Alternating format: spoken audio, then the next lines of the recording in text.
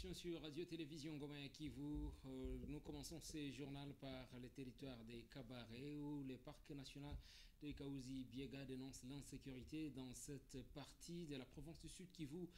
En effet, deux éco-gardes du parc national de Kaouzi-Biega sont jusque-là introuvables. C'est là depuis une semaine après l'attaque par des hommes en armes jusque-là inconnus dans la partie Kadjedje, c'est dans ce territoire des Kabaré. L'attaque est survenue, je l'ai bien dit, il y a une semaine. Cependant, le PNKB indique que cette attaque a eu lieu dans une zone qui n'était pas du tout touristique. C'est à une trentaine de kilomètres, très loin de sa zone touristique, pour rassurer bien sûr les touristes. Rosine Migabo. Le chargé des communications du parc national de Kaouzi-Biega, Iber Moulongoy, renseigne que les hommes armés associés aux braconniers ont attaqué leur position des Kadjedje située à plus de 30 km de la zone touristique. Ce patrimoine mondial ajoute que depuis cette attaque, deux éco-gardes sont portés disparus et ils n'ont aucun détail sur eux. Cependant, le parc national de Kaouzi-Biega rassure que cette attaque isolée n'handicape en rien ses activités de tourisme. Iber Moulongoy. En fait, il y a eu un cas d'attaque au niveau du parc dans une rivière qu'on appelle la rivière Mugezi. Mugezi, c'est tout dans l'entité des Kadjedje, toujours dans Kabaré. C'est à plus de 30 km à vol d'oiseau du site touristique du quartier général, en fait, au parc national de Kaouzi-Biega. C'est vraiment loin du site touristique où nous avons enregistré l'apparition d'un petit groupe bien armé. Je l'appelle petit groupe puisqu'ils nous ont pris par surprise. Puisqu'il y a longtemps que, vous savez, nous avons dénoncé cette affaire en disant qu'il y a eu d'exploitation minière au niveau de cette rivière-là, Mugezi, dans cette même entité-là du Kadjedje, où il y avait un groupe armé que nous avons démantelé il y a plus de 6 mois, qui érigeait son poste de surveillance à ces lieux-là. Et nous avons déguerpi ces groupes armés, et après, nous avons mis notre poste de surveillance à ces lieux-là. Par le fait de surprise, il y a maintenant 6 jours que ces bandits ont pris ces lieux-là. Toutefois, les parcs nationaux de Kaouzi-Biega rassurent mettre en place des opérations de patrouille et la situation est sous contrôle. Rappelons que c'est depuis 1970 que le PNKB est un patrimoine mondial sous la protection de l'ICCN.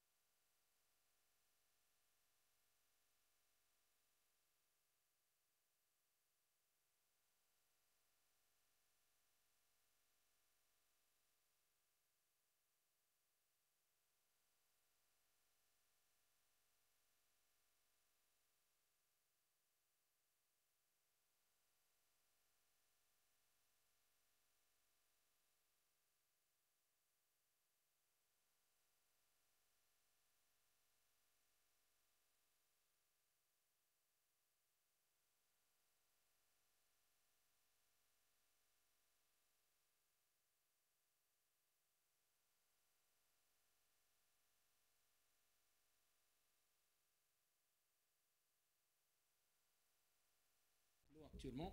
Pourtant, à l'école, ils ont appris que l'eau est inodore, incolore et insipide. Et pourquoi l'eau est colorée dans cette partie de la ville de Bukavu? En tout cas, ils se posent cette question sans réponse. Ils voudraient que les responsables de la régie des eaux puissent améliorer leurs services. C'est ça que vous nous expliquez, Eric Chocolat. Des habitants expliquent que depuis plusieurs jours, les robinets sont en couleur jaune, l'eau qui en coule est boueuse, ce qui met leur vie en danger. Pour eux, les maladies liées à la saleté telles la fièvre typhoïde, le choléra et tant d'autres sont à leur portée, ce qui pourra constituer une nouvelle catastrophe, surtout avec la présence de la pandémie à coronavirus qui n'a jamais dit son dernier mot. Une plainte relayée par la Ligue des consommateurs de services au Congo-Kinshasa qui alerte sur les méfaits de cette denrée rare de mauvaise qualité mise au cabaret. La desserte en eau, la desserte insuffisante en eau potable par la régie des eaux. De deux, comme nous approchons, nous sommes déjà d'ailleurs en saison sèche, l'eau ne coule pas par-ci par-là dans les robinets des consommateurs. Mais également aussi nous constatons qu'il y a des plaintes au niveau de certains consommateurs comme quoi l'eau est colorée. Et ça, c'est une préoccupation. Vous savez que la Ligue des consommateurs des services au Congo-Kinshasa ne jure que par 4 choses, à savoir la qualité, la quantité, les prix et le pouvoir d'achat. Vous savez, lorsque par exemple la régie des eaux donne de l'eau impropre, de l'eau colorée, ça ne peut qu'étonner les consommateurs qui lui s'attendent à de l'eau potable. Contactée par la RTNK, la Régie des eaux dit ne pas être au courant de cette situation. Cette entreprise étatique rassure également que ses portes sont grandement ouvertes pour toute revendication. Effectivement, c'est maintenant là que vous venez de m'apprendre qu'il y a une plainte de certains abonnés en rapport avec la qualité de l'eau. Mais je tiens à rassurer à nos abonnés que la Régie des eaux, c'est une grande société d'État qui traite l'eau conformément aux normes de l'Organisation mondiale de la santé. Et s'il arrive qu'il y ait une altération de la qualité de l'eau au niveau de certaines avenues, ça peut arriver quand il y a certaines fuites dans les avenues qui ne sont pas signalées et peut-être l'intervention tarde à venir. Ça peut faire que l'eau puisse entrer dans la conduite. Notez qu'à Bukavu, à chaque saison sèche, les habitants décrivent ces calvaires et rien de solution n'est déjà envisagé.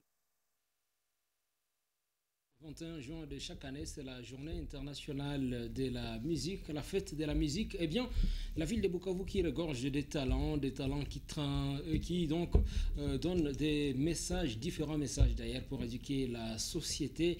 Radio-Télévision Goma ya Kivu a à cette occasion rencontré l'une des stars de Bukavu. Il s'agit de Shako Babutwa, surnommé Shako Master B. C'est un dossier signé Ariette Bachi.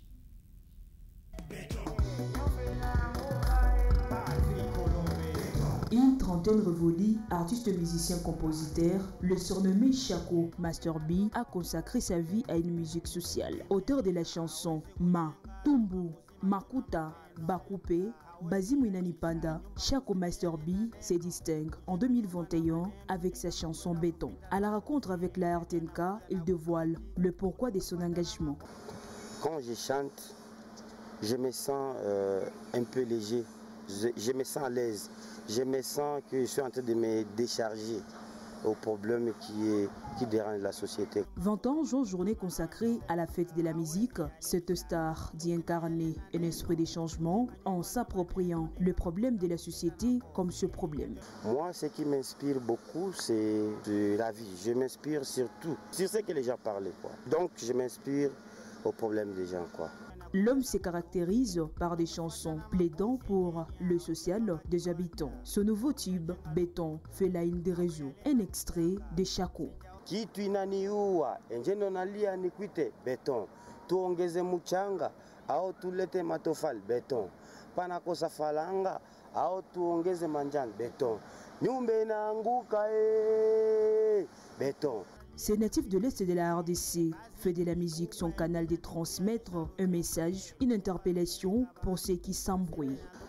C'est une journée pour nous à méditer et à nous dire qu'est-ce qui ne marche pas, qu'est-ce qui marche. Et à travers cela, je pense que c'est une journée qui va nous aider à relever les défis. La musique est l'art de combiner les sons d'une manière agréable à l'oreille. Kitu inaniua, enjeno nalia nikwite beton. Merci Henriette Vachi. On termine cette édition d'information par les sports pour parler donc basketball ici à Bukavu. C'est championnat de l'entente urbaine de basketball de Bukavu avec 6 matchs qui étaient au programme ce week-end samedi dernier. Par exemple, le 19 juin 2021 au stadium de l'ISP Bukavu à 14h, les BC Amibek a étrié les BC Keba 118 points contre 41. C'était là les scores finaux. Et au stadium Dominique Milani de Vamaro, le même samedi 19 juin à 12h, les BC Maendeleo a atomisé les BC les Hirondelles sur le score de 111 contre 62 à 14h chez les dames dans les derbies des académiciennes. Bold a été plus fort que Caviar. Score final 52 points à 48. Et pour les dimanches 20 juin au stadium Dominique Milani à 11h, les Caviar a battu les BC Renette 69 à 51. Et à 13h chez les dames, les derbies féminins opposés l'ASB Scandinavia au BC Les Gazelles. Victoire des Gazelles 52 à 41 et à 15h, les BC Odari a perdu contre Bukavu United 73 à 82. Merci à vous d'avoir suivi cette édition d'informations sur Radio-Télévision Ngoma et Kivu. Des informations que vous pouvez suivre également sur notre site internet, le www.rtnk.org. Restez branchés sur votre chaîne de radio et télévision.